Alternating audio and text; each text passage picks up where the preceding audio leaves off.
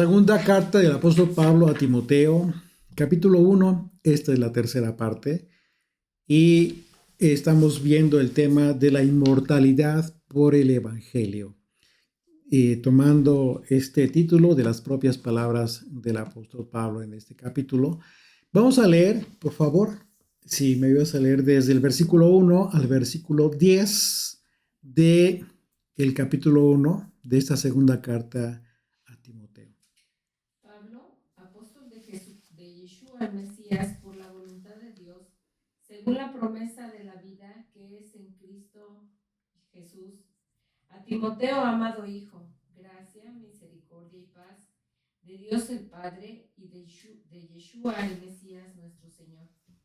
Doy gracias a Dios, al cual sirvo desde mis mayores, con limpia conciencia de que sin cesar me acuerdo de ti en mis oraciones noche y día, deseando verte al acordarme de tus lágrimas para llenarme de gozo, trayendo a la memoria la fe no fingida que hay en ti, la cual habitó primero en tu abuela Loida y en tu madre Eunice, y estoy seguro que en ti también. Por lo cual te aconsejo que avives el fuego del don de Dios que está en ti por la imposición de mis manos.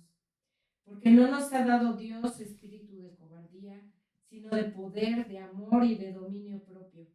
Por tanto, no te avergüences de dar testimonio de nuestro Señor, ni de mí, preso suyo, sino participa de las aflicciones por el Evangelio según el poder de Dios, quien nos salvó y llamó con llamamiento santo, no conforme a nuestras obras, sino según el propósito suyo y la gracia que nos fue dada en el Mesías Yeshua, antes de los tiempos de los siglos, pero que ahora ha sido manifestada por la aparición de nuestro Salvador, Yeshua el Mesías, el cual quitó la muerte y sacó a la luz la vida y la inmortalidad por el Evangelio.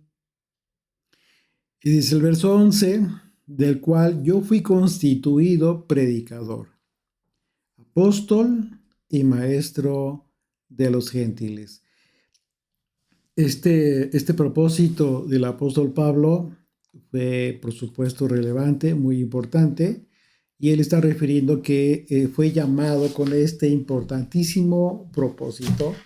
Y en ese sentido, hemos entendido que Pablo comprendió, a pesar de ser judío, fíjense qué importante, que a pesar de ser judío, él comprendió que tuvo este llamado especial para las naciones. Es decir, Pablo supo que él había sido destinado por Dios para ser una fuente de conocimiento y de revelación de la voluntad de Dios para las naciones. Y como lo comentamos en el estudio anterior, a pesar de saber que todo Israel en realidad había tenido ese llamado desde la antigüedad, bueno, Pablo asumió esta gran responsabilidad de forma individual por este llamado especial, sobrenatural que recibió para llevar el nombre, para ser un embajador y de llevar el nombre del Mesías a todo el mundo. Entonces dice el verso 12, por lo cual asimismo padezco esto, de lo que está hablando precisamente. Pablo relacionó entonces su llamado, este servicio, lo relacionó a sus padecimientos, a lo que él estaba padeciendo. Es decir, ya lo hemos comentado anteriormente, se encontraba preso por causa del Evangelio. Este aspecto resulta algo que nosotros debemos entender y lo debemos entender en su debido contexto. Porque lo que Pablo nos está expresando en este pasaje es que él siempre fue consciente de que todos los padecimientos por los que estaba pasando era la voluntad de Dios para con su vida. Pero hay que entender esto de forma correcta. Una vez más, si nosotros pretendiéramos comprender esto que nos dice Pablo, solo a la luz de una óptica natural en la carne, en realidad sería muy difícil de comprender la razón por la que Pablo eh, habla de esta manera, escribió de esta manera. Y en su caso nos sería difícil comprender por qué que no, la razón por la que no haya abandonado su llamado, este, este servicio, a pesar de tener todos estos padecimientos. Porque lo más fácil es que cualquier persona piense que pues eso no tenía sentido. Imagínate a cualquier otra persona que supo la vida de Pablo, que conoció la vida de Pablo y que no creía en su caso, que era lo más común, pues que pensaban que en realidad no tenía ningún sentido todo lo que él hacía. Y en el peor de los casos, en la simple lógica del hombre, como muchos de su época piensan que en realidad Dios no estaba con el apóstol Pablo. Pero eso es a la luz de una mente que no tiene a Dios, que no teme a Dios, que no conoce cómo obra a Dios. Sin embargo, para quienes han recibido la bendición de conocer el carácter de Dios, pues por supuesto que sí podemos comprender que las razones por las que Pablo continuaba ejerciendo este llamado iban mucho más allá de sus propias capacidades físicas y mentales propias de Pablo, porque él estaba siendo llevado a cumplir su llamado mediante el poder del Espíritu de Dios. No era por sus propias fuerzas. Él no hubiera podido, así te lo pongo de esta manera. Pablo no hubiera soportado en su propia fuerza, en sus propias capacidades físicas, continuar con su llamado después de tantos encarcelamientos, tantos padecimientos. No lo hubiera soportado. Pero fue posible mediante el poder del Espíritu de Dios. Porque Pablo mismo lo menciona. ¿Recuerdan? Verso 8, ahí mismo, en el verso 8. Por tanto, no te avergüences, le dice a Timoteo, de dar testimonio de nuestro Señor, ni de mí, preso suyo, sino participa de las aflicciones por el Evangelio según el poder de Dios. Es decir, según el poder, según la capacidad que el poder de Dios te va a dar para sufrir estas aflicciones.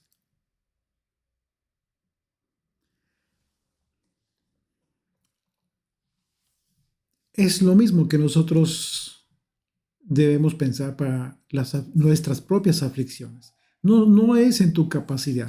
No esperes salir adelante en tu propia capacidad, sino debes estar consciente y seguro de que si tú entregas tus aflicciones al Señor, Él te va a dar el poder. De esa manera es como trabaja la debilidad en nosotros. Por eso debemos ser nobles, debemos ser de un carácter noble a fin de que el poder de Dios obre en nuestra vida. Y no que nosotros continuemos insistiendo en hacer las cosas en nuestras propias fuerzas, porque no le permitimos a Dios obrar en nuestra vida. Estamos queriendo ser primero nosotros y entonces nosotros mismos nos ponemos, bloqueamos a nosotros mismos esta posibilidad de que el poder de Dios, según el poder de Dios, nosotros podamos sufrir esas aflicciones.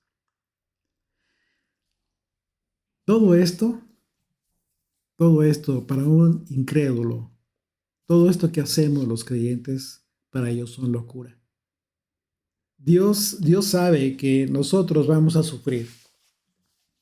Dios sabe que nosotros vamos a sufrir y que ese sufrimiento va a ser causado por el enemigo, y en ese sentido es importante que nosotros tengamos claro el hecho de que aceptemos nuestros padecimientos con la conciencia de que es la voluntad de Dios. Pero esto no significa que Dios provoque nuestros sufrimientos. Aquí tienes que ser muy claro, tienes que entender esto de forma muy clara, porque pudieras confundirte y decir, pues es que Dios quiere que sufra. No, no, no, no.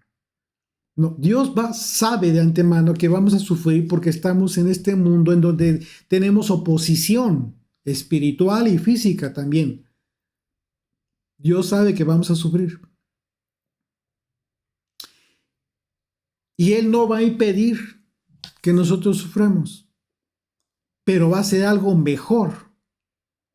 Él nos va a dar la capacidad en Él, en su poder, para sufrir esas aflicciones.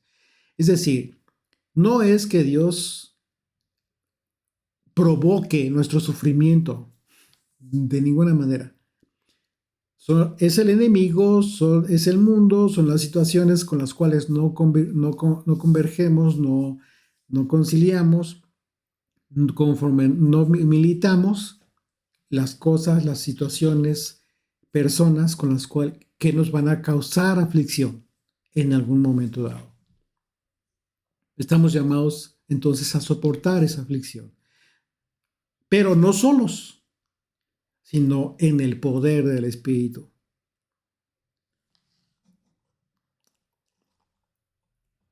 Dice el verso, continúa el verso 12, pero no me avergüenzo, porque yo sé en quién he creído. ¿Te das cuenta cómo es que Pablo está siendo consciente y nos está enseñando a ser conscientes de esta aflicción? No debemos avergonzarnos.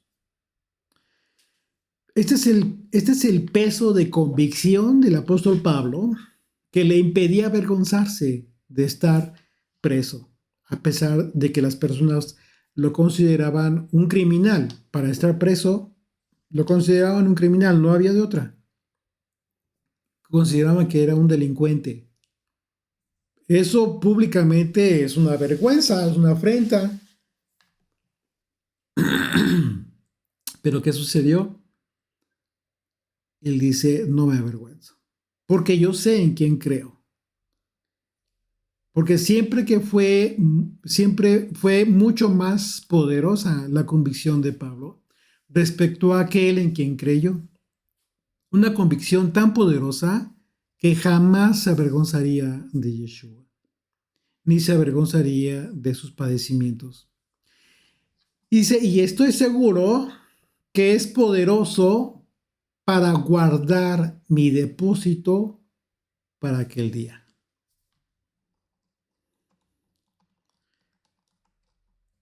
Pablo, al afirmar que estaba seguro, nos está diciendo que esta seguridad en su vida tenía que ver con el llamado que tenía sobre su vida. Él tenía ya un llamado y estaba él seguro de esto. Esta afirmación de Pablo es un testimonio fiel de que efectivamente el poder de Dios estaba en Pablo. Porque contra toda lógica humana, Pablo estaba seguro de que todo lo que había hecho en su ministerio estaba siendo del agrado de Dios. Él estaba consciente de esto, que Dios se sentía agradado de su ministerio, de su servicio. Y esa es la fortaleza del poder de Dios que obra en todo creyente, que sabe que todo lo que pasa en su vida, Dios está en control de ello. Y tú no lo rechazas, sino lo recibes sabiendo que Dios está en control, incluso de esa situación difícil en tu vida. Y en otras palabras, esto que escribió Pablo implica que cuando tenemos la oportunidad de conocer nuestro llamado, cuando ya eres consciente de que tienes un llamado, como lo comentaba hace un momento, simplemente tu testimonio de vida, eso es un llamado importantísimo, creo que es el más importante, tu testimonio. Cuando eres consciente de eso, experimentas un gozo, un gran gozo, cuando eres consciente ya de eso. A pesar de que, a pesar incluso del sufrimiento, de las aflicciones, porque ese sufrimiento, esas aflicciones, es lo que nos va a hacer ver nuestra debilidad en nuestra propia carne, mientras que al mismo tiempo no podemos experimentar el poder de Dios. Imagínate, qué importante es entender esto. Justo lo que Dios le dijo a Pablo cuando le hizo entender este aspecto. Mira, quizás tú te encuentres en este momento pasando por un tiempo de aflicción, de afrenta, una situación difícil. Entonces es importante que tengas conciencia de esta enseñanza de Pablo, lo que nos está enseñando Pablo en este pasaje, porque esto te va a permitir, primeramente, tener calma, ¿sí? Y ser consciente de que Dios está observándote. Dios está observando y espera de ti una reacción y una acción. Pero esa reacción y esa acción, Él está esperando que refleje que tú confías en Él.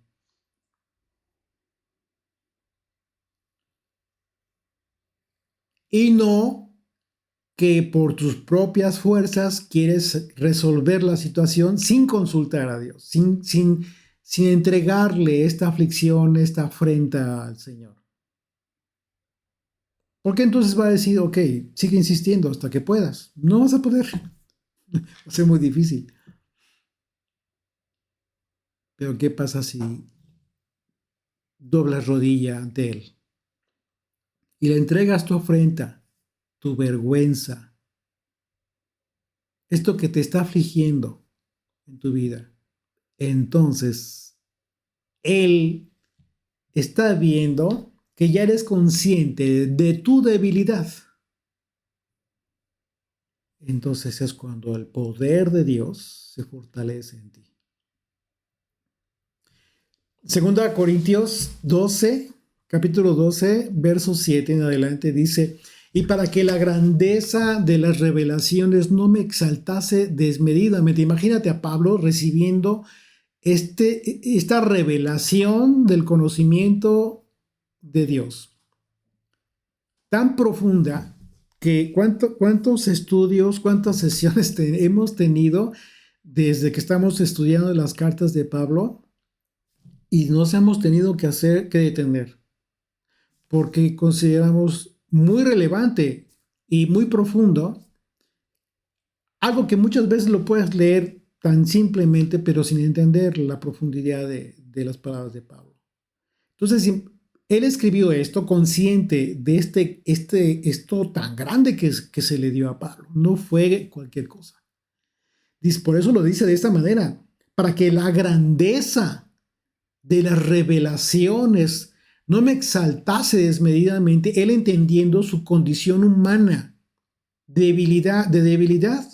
Cualquier humano, cualquier persona en su debilidad es muy fácil de que se exalte, que se sienta ya muy importante o el ungido, o no sé. Y es natural. Pero Pablo, consciente de eso, fíjense lo que escribió. Para que no me pase esto, no me exaltase desmedidamente, me fue dado un aguijón en mi carne. Un mensajero de Satanás que me abofetee, para que no me enaltezca sobremanera. Respecto a lo cual 3 veces he rogado al Señor que lo quite de mí. Y me ha dicho, bástate mi gracia. Es decir, le está diciendo el Señor, que te baste mi influencia, el Espíritu de Dios, que va a influir en tu vida y va a obrar.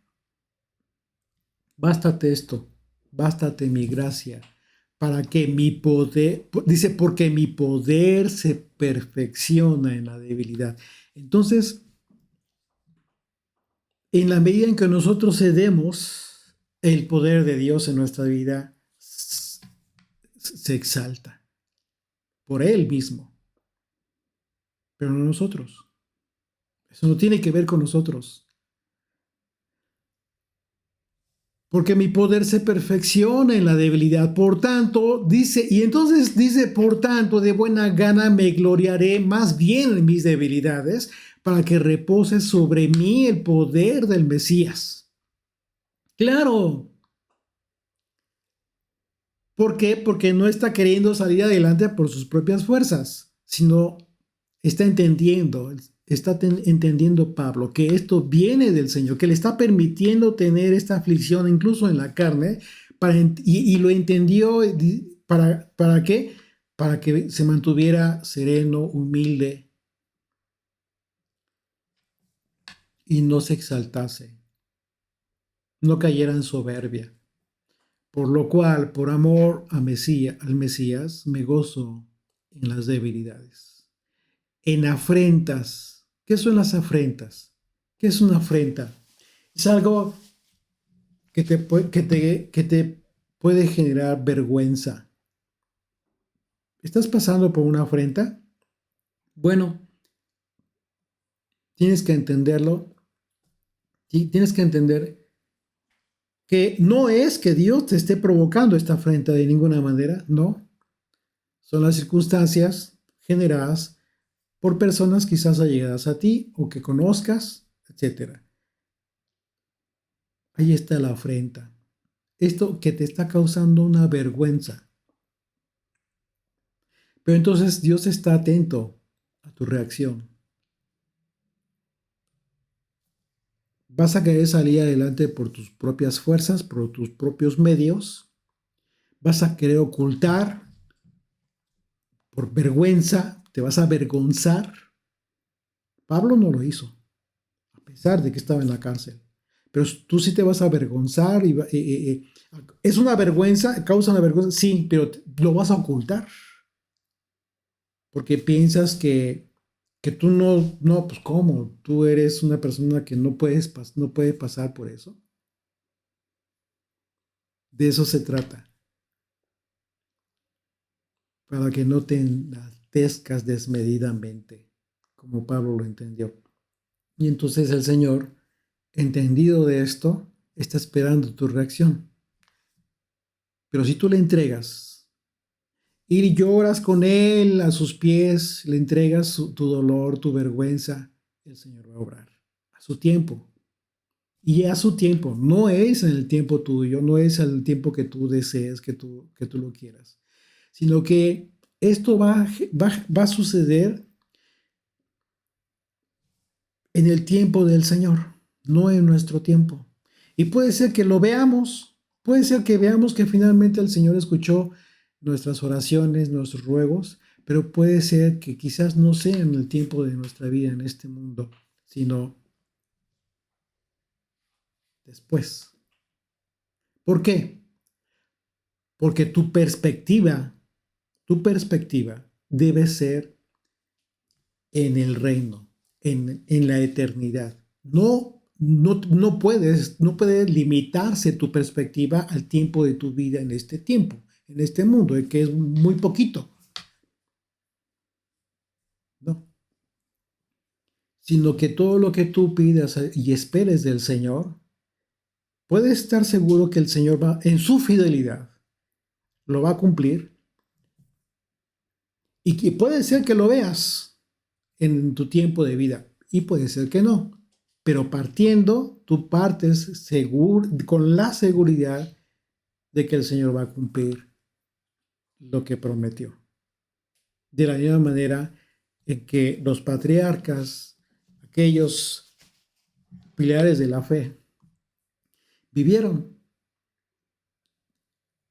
Todos ellos esperaron y durante toda su vida vivieron con la convicción de la promesa del Señor y la mayoría de ellos no la vieron, pero murieron sabiendo que algún día el Señor cumpliría su promesa. ¿Por qué?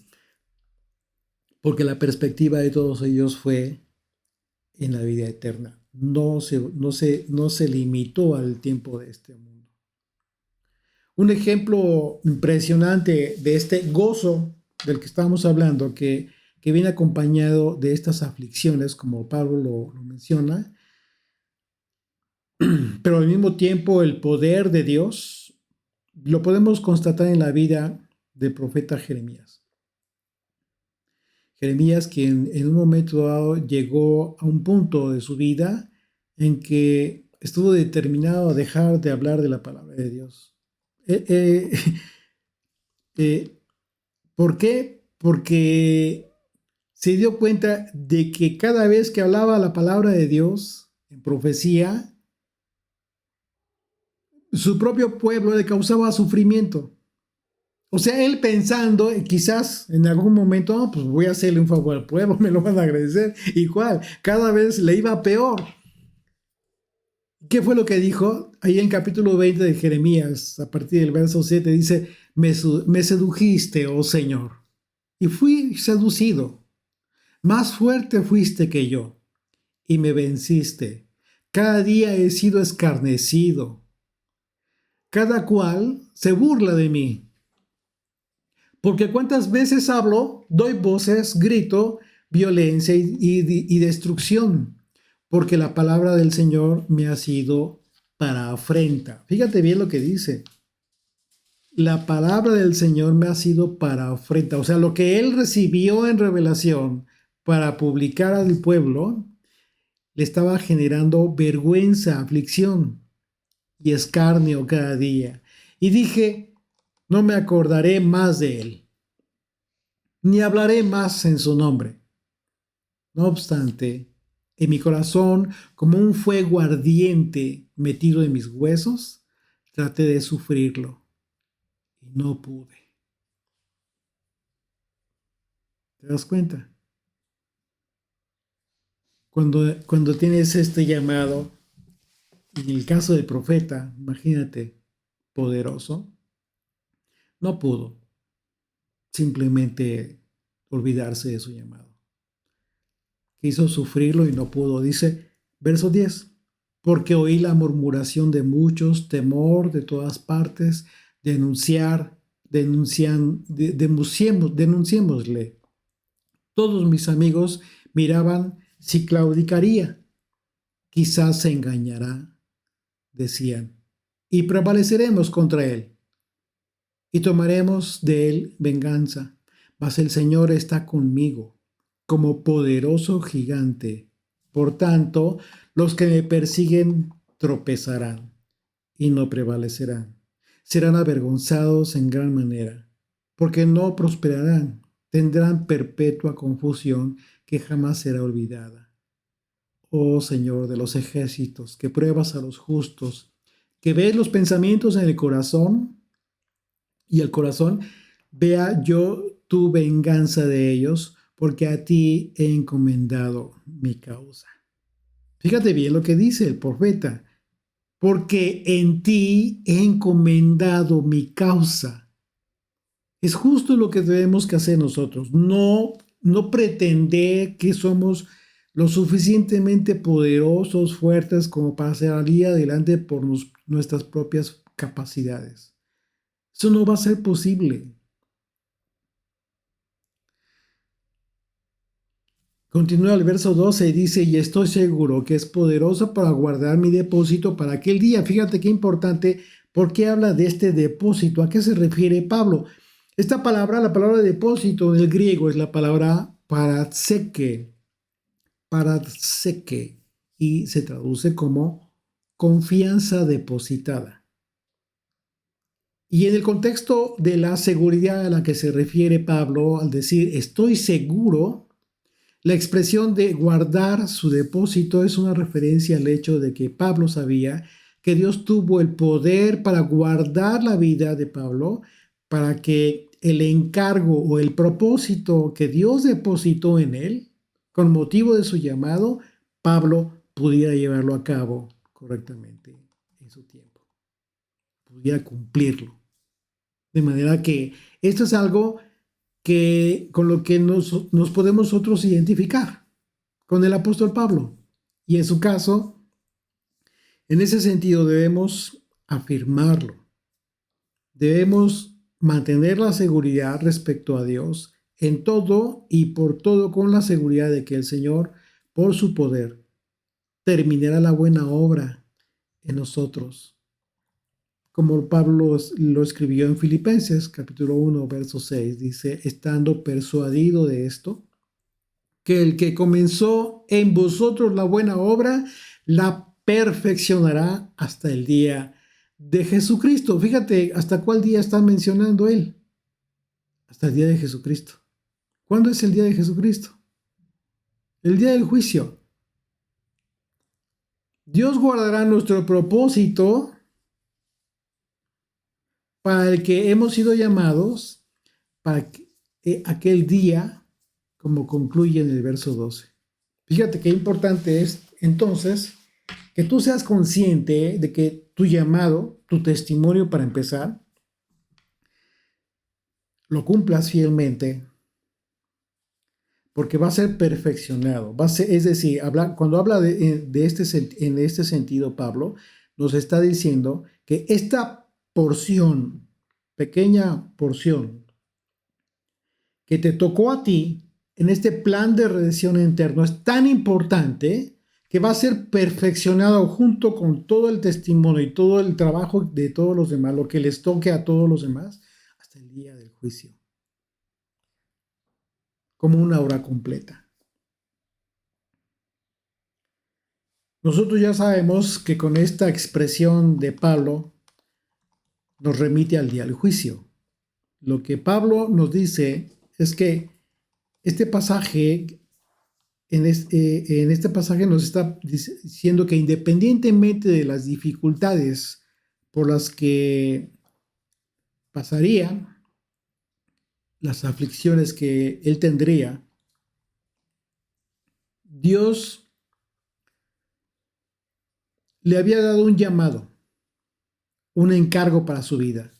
Y por la fidelidad de Dios, Pablo sería guardado en ese propósito, librándole de los obstáculos. O sea, tendría obstáculos, pero los libraría. Y todo ese sufrimiento por el que estaba pasando, Pablo lo vencería. Ahora bien, vamos a aclarar otro aspecto que también es importante, porque quizás tú te preguntes, bueno, ¿cómo podemos entonces entender que Dios guardaría a Pablo si finalmente lo mataron? Bueno, aquí viene lo importante. No olvidemos que el contexto central de esto que nos está diciendo Pablo es el llamamiento que él recibió y que todos y cada uno de nosotros también hemos recibido al aceptar el compromiso de ser parte de este plan divino. De manera que si el contexto es ese llamamiento, lo cierto es que ese propósito cumplido no se desvanece con nuestra muerte física. Fíjate qué importante, sino que va a prevalecer en este plan de Dios. Tú vas a hacer lo tuyo, lo que te toca, y todo tu testimonio. ¿Qué comprende tu testimonio? ¿Qué comprende tu testimonio? Tu testimonio comprende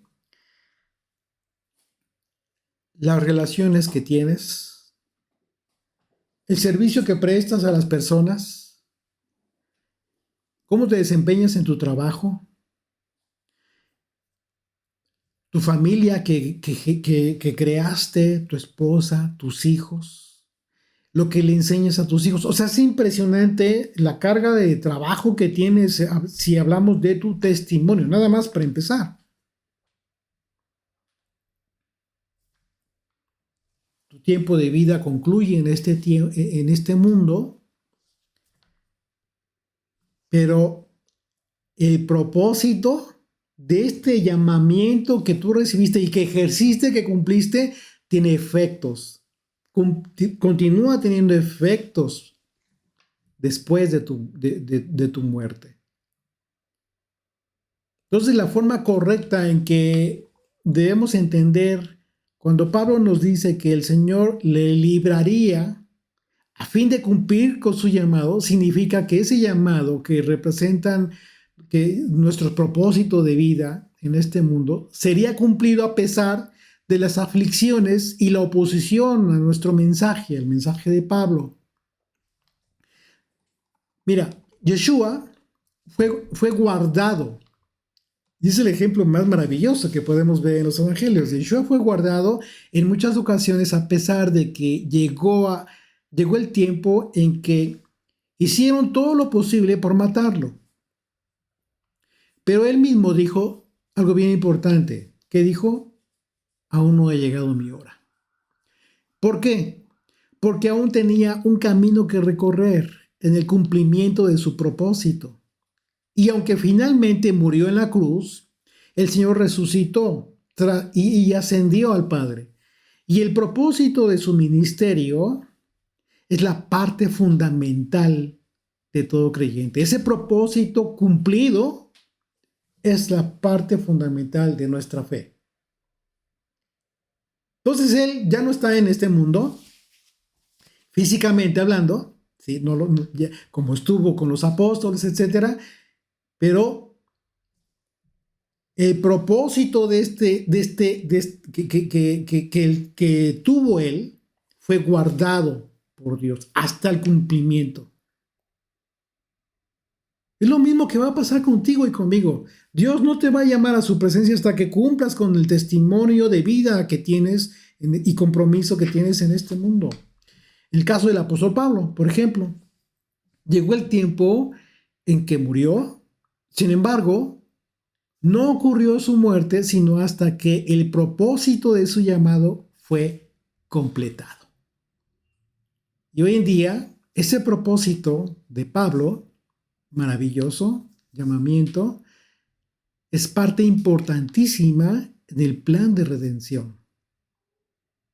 En otras palabras, cuando Pablo habló de la inmortalidad del Evangelio, nos habló de todas aquellas cosas que tú y yo hacemos porque hemos entendido que todo eso que hacemos es nuestro llamado y es parte importante en el cumplimiento del plan de redención y que por lo tanto va a prevalecer aún después de nuestra muerte en este mundo. Con esa conciencia tienes que vivir, porque ese es tu llamamiento. Por otro lado, Pablo se refirió a aquel día, cuando dice aquel día, como una referencia al día del Señor, del Señor Jesucristo. Él está haciendo una referencia al día del juicio. Sin embargo, es una referencia al día del juicio que tendremos todos los creyentes. Es decir, todos tendremos que presentarnos delante del tribunal de nuestro Mesías.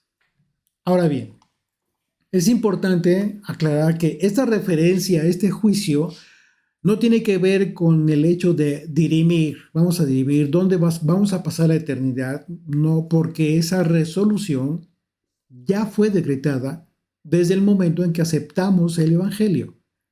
Una vez más, aceptar el Evangelio es aceptar y comenzar a vivir en compromiso.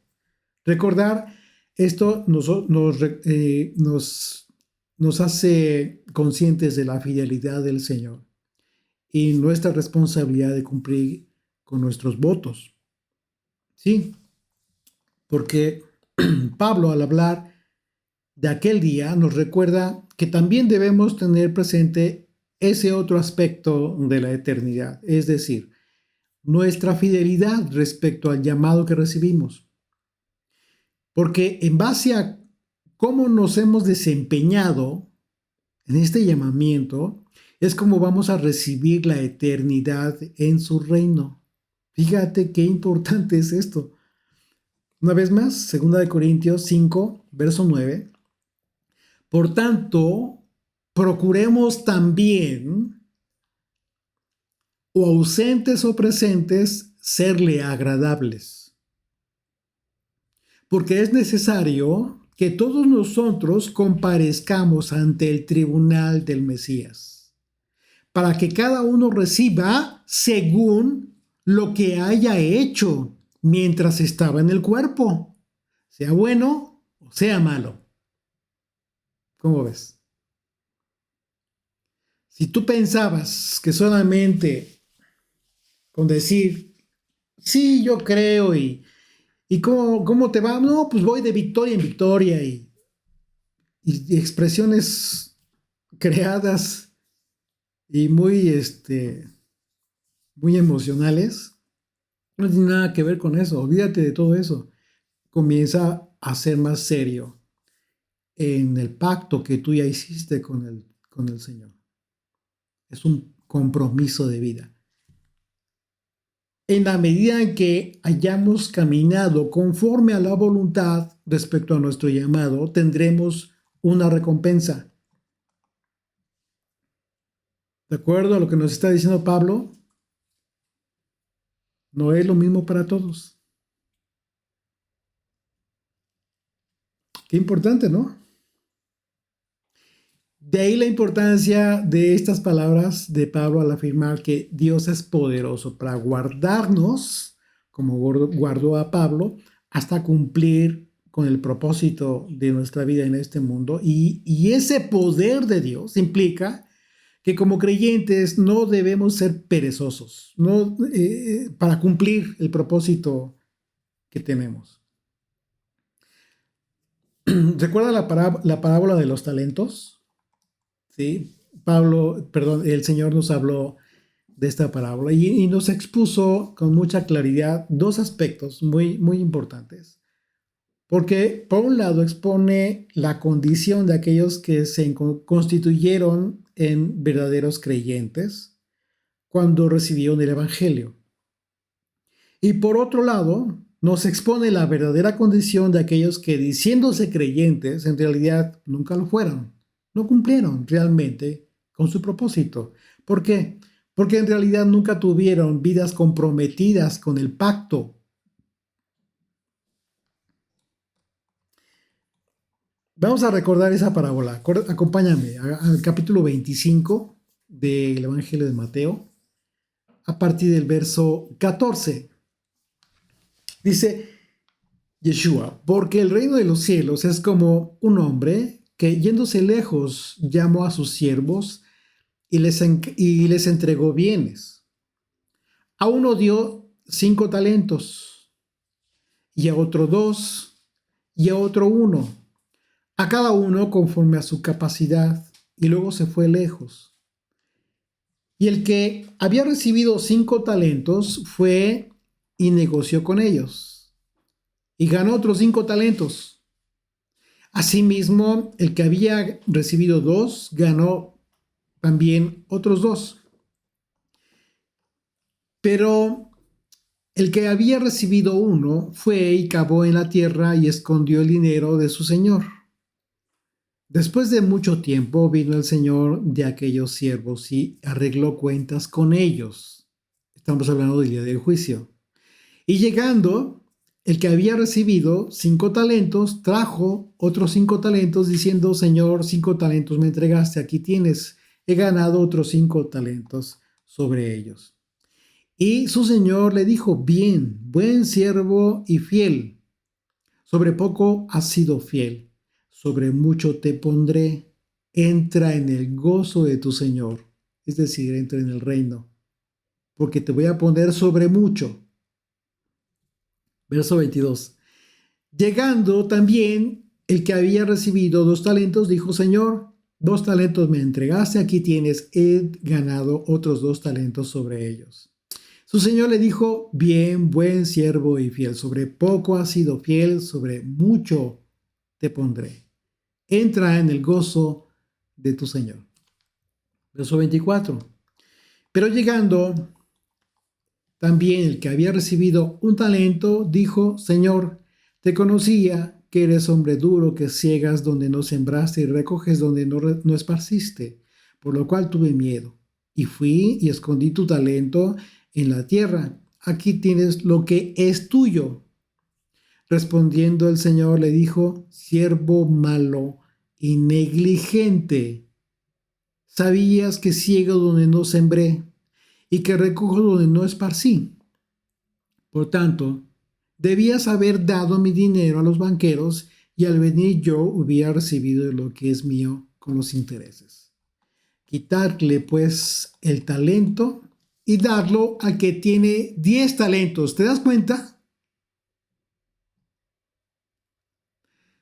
Porque al que tiene le será dado y tendrá más.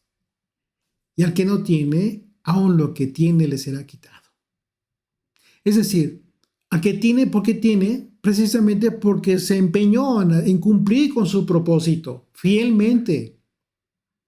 Y entonces el Señor le va a dar más. En ese sentido será su recompensa. Pero el que no tiene, el que simplemente recibió un propósito, pero ¿qué dijo? Ah, pues no lo hice producir. No cumplí con mi llamado. Porque simplemente te dedicaste a vivir la vida cumpliendo tus deseos. Y eso no le sirve a nadie más. Eso no tiene efectos en los demás. Viviendo tu vida, cumpliendo tus propios propósitos, tus propios anhelos y tus propias realización, eso a nadie le sirve. Eso no es cumplir con tu llamado. Eso te coloca en el siervo malo y negligente que recibió un talento, recibió el llamado, pero no lo produjo. No, cuando menos un talento más, no, nada. Todo te lo tragaste.